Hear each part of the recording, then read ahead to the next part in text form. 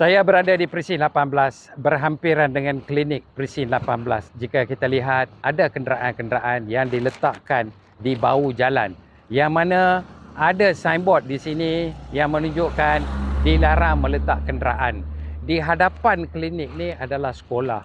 Jadi budak-budak waktu sekolah ada ibu bapa datang dan sebagainya untuk ambil anak, ianya juga berbahaya apabila ada kenderaan diletakkan di tempat ataupun di bahu jalan ini.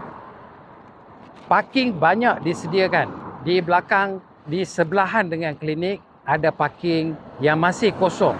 Ketika video ini dibuat, kenderaan yang diletak di sini dan di belakang sana, ada lebih daripada 100 parking masih kosong. Yang mana boleh saja kita letak di sana. Tapi orang memilih untuk kesenangan mereka walaupun ianya menyusahkan orang lain. Mereka tak peduli, mereka letak di sini. Ini mengganggu.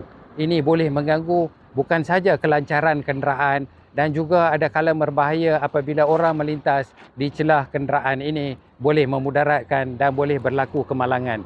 Dan juga masalah pembersihan.